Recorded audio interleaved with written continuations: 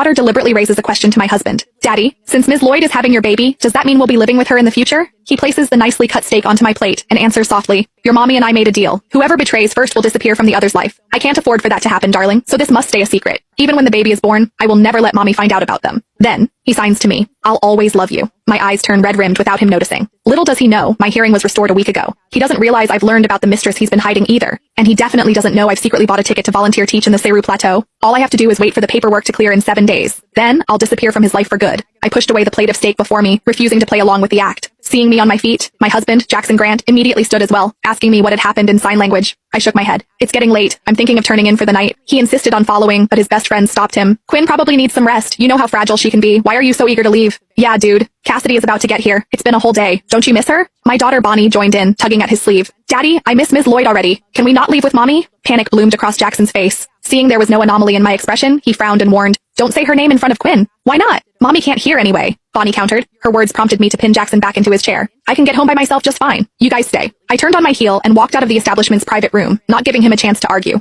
I had barely taken a few steps forward when I saw Cassidy Lloyd striding into the restaurant. I couldn't tell if she did it on purpose or not, but her shoulder slammed into mine, making me stumble. Cassidy walked into the private room and scooped up Bonnie the moment she reached for her. Bonnie, it's been an entire day. Did you miss me? Of course, Bonnie answered cheerfully. Cassidy couldn't help smiling at the exchange. In that case, give me a kiss. Bonnie immediately cupped her face and planted a kiss on her cheek. Watching the two of them, one would think they were the real mother and daughter. She set Bonnie down, then slipped into Jackson's arms, her expression full of playful sweetness. In his eyes, there was a softness I had never seen before. Before he could say anything, Cassidy rose on her tiptoes and kissed him passionately. All right, one of his friends muttered, rolling his eyes. It's been months and you two are still this mushy. None of his friends seemed bothered by it, while Bonnie looked like she had seen this 100 times. I stared at all of them, feeling a sinking coldness in my bones. So, everyone knew they had been fooling around together, except for me. As the teasing around the table amplified, Cassidy's lips curled with a triumphant smile. As if things weren't messy enough, the others started egging them on, asking when the last time they hooked up was. Jackson lowered his head, embarrassed, while Cassidy looked thrilled. 2 days ago, in the room next to the main bedroom. I whispered the same words at the same time as she did, our two voices overlapping, and the whole room exploded with excitement. Some laughed, some cheered on. Jackson, my boy, you finally grew a brain. Yeah, with our status, who the hell stays loyal? As long as you hide it well, you can enjoy life. Quinn is deaf. She'll never find out. When my name came up, the smile on Jackson's face stiffened. His expression turned ice cold. Don't let this get back to Quinn. His friends didn't care at all. They simply burst into louder laughter. Bonnie chimed in loudly. Don't worry, Daddy. Mommy won't find out. She's deaf, remember? Their laughter echoed through the private room, but I stood outside the door, frozen. It wasn't until a waiter behind me gently tapped my shoulder that I snapped back. Excuse me, do you need any help?